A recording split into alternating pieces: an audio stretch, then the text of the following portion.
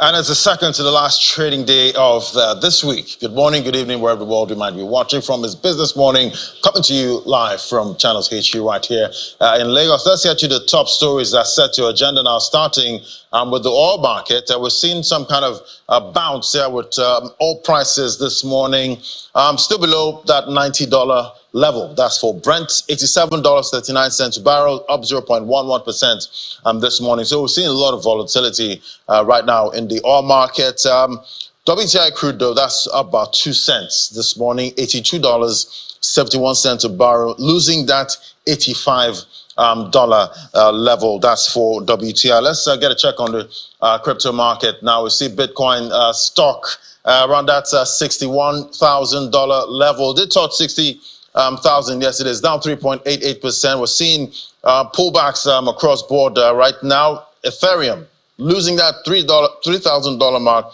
3.51% down. BNB is down marginally, 0.08% this morning. So we're seeing red right there in the crypto market this morning. Let's get to some other stories now. We see the Central Bank of Nigeria has announced a reduction in the loan-to-deposit ratio for banks from 65% to 50% as part of its current monetary tightening strategy. This move, outlined in the statement, reflects the CBN's aim to align with a more contractionary policy stance. The adjustment in the LDR is a measure of a bank's liquidity and impacts the ability of the bank to extend credit to businesses and individuals from depositors' funds. By lowering the ratio, the CBN aims to moderate lending activities while promoting sound risk management practices within the banking sector. The Apex Bank says it will monitor compliance and adjust policies when necessary. Meanwhile, the governor of the Central Bank of Nigeria, Mr. Olaimi Cardoso, has been reacting to the views that the regulator's intervention in the foreign exchange market is responsible for the depletion of the country's foreign reserve. Mr. Cardoso, speaking at the session of the ongoing IMF World Bank spring meetings in Washington, D.C., says the CBN is working on policies to support the market and ensure stability of the exchange rate. Take a listen. What you see with respect to the shifts in our reserves is the shifts that you find in any country's reserve situation, where, for example, debts are due and certain payments need to be made. They are made because that is also part of keeping your credibility intact. And other times, money comes in and, takes it up again. And if you watch in the next couple of days, I think between yesterday and today, we had about 600 million US that came into the reserves account. So I wouldn't let people get too excited about this thing. All I will say is that we are looking towards ensuring that we have a market that operates on its own, willing buyer, willing seller, and price discovery. That's where we're going to. The shifts you've seen in our reserves has really, little or nothing to do with defending any naira, and that's certainly not our objective. Central Bank Governor there clarifying on matters there about the FX market. But we'll see to our first discussion now, the impact of higher energy prices. That's quite evident in the headline inflation for March, but there seems to be hope for lower diesel prices as the Dangote Petroleum Refinery slashed the price of diesel by 16% to 1,000 naira per litre from about 1,200 naira per litre. Joining us now is Jide Pratt, COO Iona Nigeria, and a country pilot manager at TradeGrid, joining me right here in the studio. Great to have you. Good morning. Same here. Thanks, Vladi. Yeah, I'm sure you've seen the inflation numbers from food inflation hitting a new high of about 40%. Headline inflation also new high for that too. Last time we saw that was, I think, 1997 or so. But energy prices do feed into these numbers we're seeing here. And looking at Dangote slashing this price. Talk to me about how he's able to achieve this price. And I guess this is not market forces at work. Price determination. So I think we need to put things in perspective. Why is the Dangote refinery able to cut down prices by as much as 100 naira? You must look at it that economies of scale come into the refinery. Anybody that is able to refine 19 million liters of gas oil on a daily basis can shape the market. There's no two ways around that. However, what he's going to do, or what the refinery is going to do, is have to take hedging options. They're buying crude, but every time they buy crude and they blend that into gas oil, they're trying to achieve an ex-refinery price that covers the cost of their operations. So assume that in trading, you have what you call a one-book scenario. You keep on trading and you keep on achieving a weighted average cost. I believe the Dangote refinery is getting some efficiency levels based on volume, based on the new refinery in terms of efficiencies. And that is why they're able to, for want of a better way, translate that to the market. Do I believe they will do this going forward? In the short run, yes. In the long run, the prices will continue to adjust based on the fact that there's a crude input. And don't forget, he's trying to achieve an ex-refinery price that gives him, let me say, some margins. And then they'll be able to play in this market continuously, in my opinion. Right, and definitely we've seen the Naira, strengthen, the first quarter of 2024. How much of that is playing into how much the Dangote refinery can actually sell, diesel to the market at this time? And I'm wondering, is there a risk that he cannot achieve this price if the Naira weakens again? So the answer to that immediate question is yes. How positive has this been? It's been massive. So what it is that there are two factors that will convert into a landed cost, or shall I say an ex-refinery price: the cost of your crude and your exchange rate. Just to dwell on that, I do believe that if the government is selling crude to the Dangote refinery in Naira, it takes out that, let me say, FX uncertainty. However, back to your statement, if it does go up and he still has a crude input which is based on FX, then the exchange rate will obviously take the prices back up.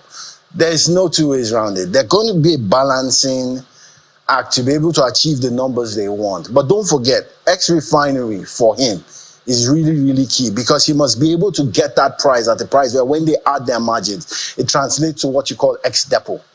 Ex-depot would obviously add their margins before it gets to what you call the retail play at the retail outlets. So that's how it works technically. And we're seeing this, play out for diesel, at this time. But we know PMS, that's still hitting at the pockets of, the average consumer at this time. Talk to me about how we can actually get these energy prices down in the short to medium term.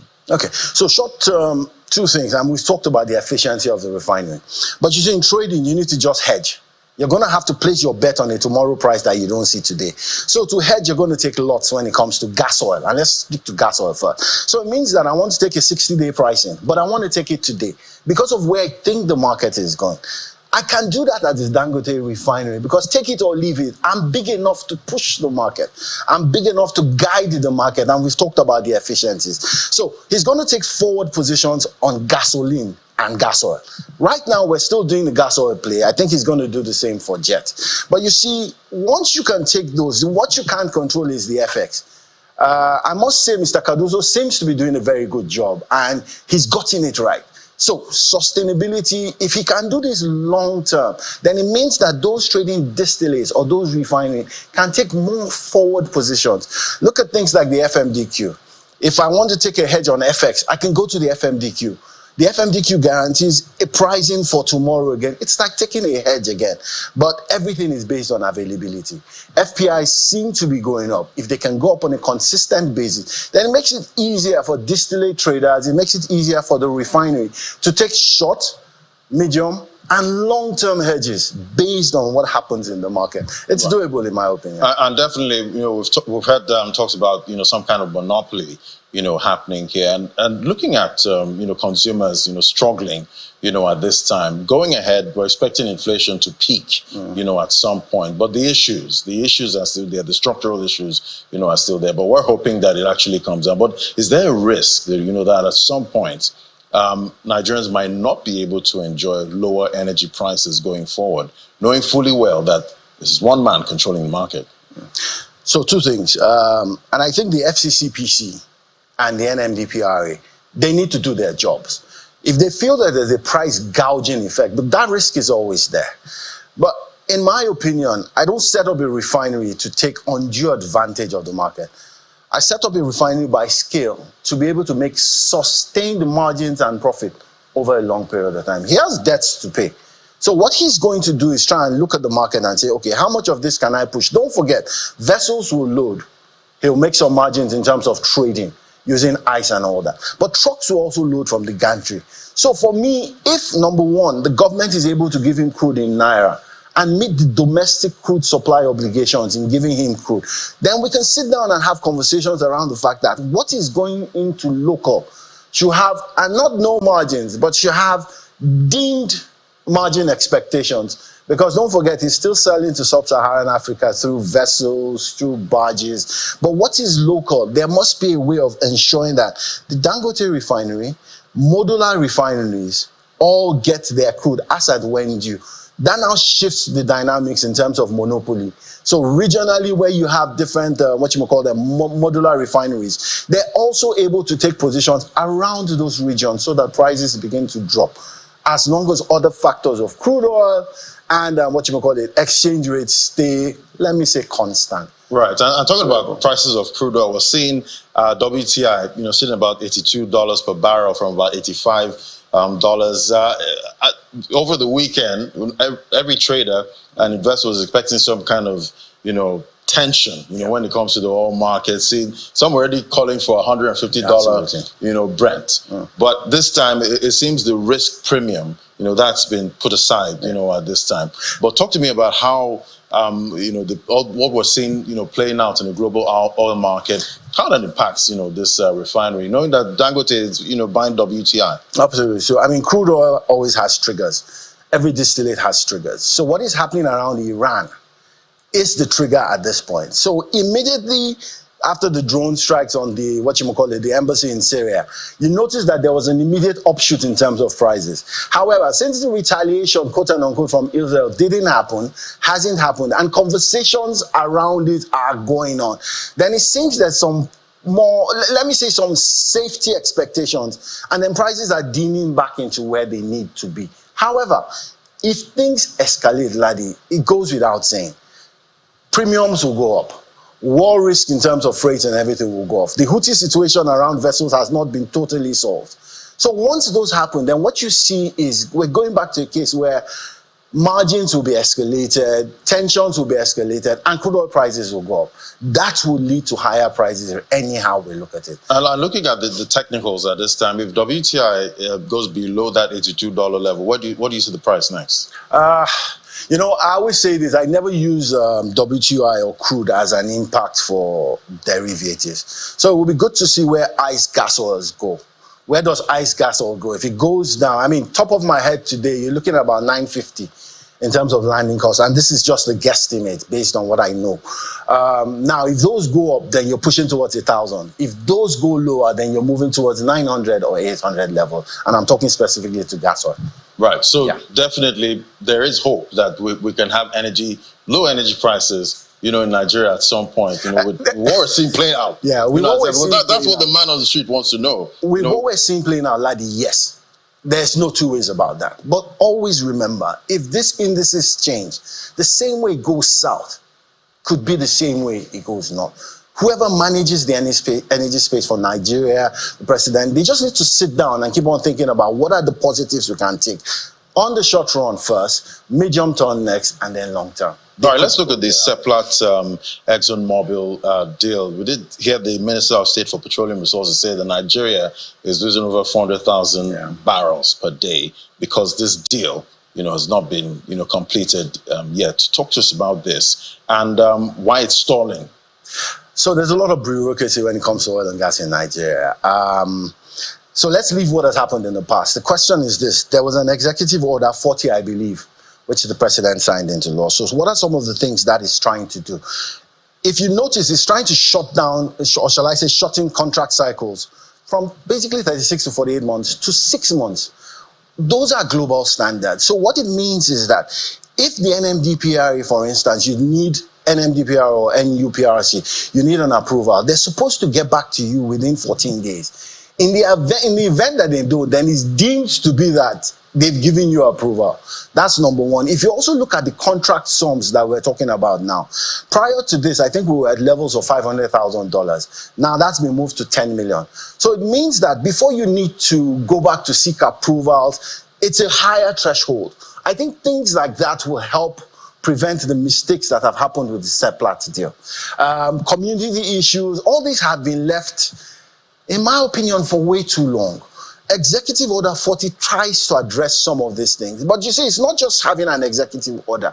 If those are implemented along the lines that they need to be implemented, then what you see is that there will be some traction.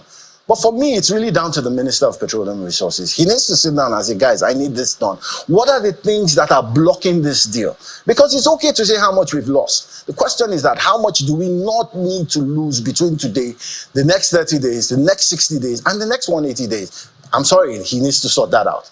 But I think the Executive Order 40 gives a framework to be able to solve some of these anomalies. So, in your opinion, where do you see this deal actually? In my opinion, if he can't push this to happen within the next 6 months, then we have a major problem.